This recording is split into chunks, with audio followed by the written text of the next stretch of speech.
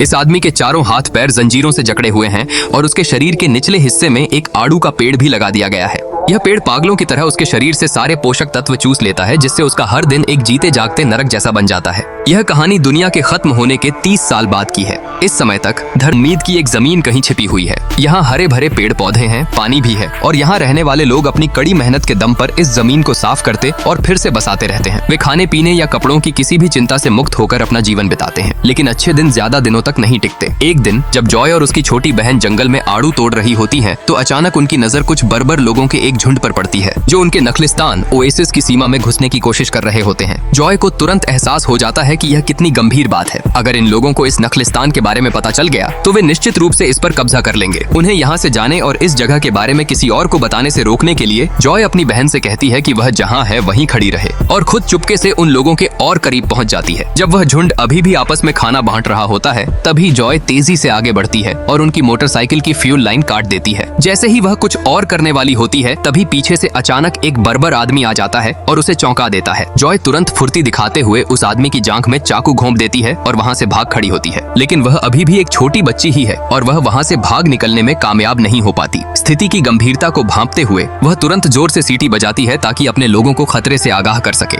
बर्बर लोग तुरंत उस पर हावी हो जाते हैं, उसे उठाकर एक मोटरसाइकिल पर फेंक देते हैं। यह साफ जाहिर है कि वे उसे पकड़कर ले जा रहे हैं ताकि उसके बदले कोई इनाम पा सकें। सीटी की आवाज सुनते ही जॉय की माँ अपने कबीले के सरदार के साथ तेजी से वहाँ पहुँचती है। जब वे जॉय की छोटी बहन के चीखने की आवाज सुनते हैं, तो वे अपने तेज तर्रार घोड़ों पर सवार होकर उन बर्बर लोगों का पीछा करने लगते हैं। जब वे पहाड़ी पर पहुँचते हैं, तो सरदार अपने घोड़े से छलांग लगाकर नीचे उतरता है और ऊंची जगह से स्नाइपर राइफल का निशाना साधकर उन बर्बर लोगों में से एक को ढेर कर देता है। इस नई दुनिया में अब मोटरसाइकिलें बेहद दुर्लभ हो चुकी हैं। यह सब होते देख उन बर्बर लोगों में से एक तुरंत मोटरसाइकिल से नीचे कूदता है और उसे तेजी से भगाकर वहाँ से निकल जाता है। ठीक उसी पल जॉय की माँ वहाँ पहुँच जाती है। वह उसे मार गिराने में कामयाब हो जाती है और फिर चोरी की हुई मोटरसाइकिल पर सवार हो जाती है। वह अपने सरदार से कहती है कि वह पहले कबीले में लौट जाए, जबकि वह जॉय को बचाने के लिए अकेले ही निकल पड़ती है।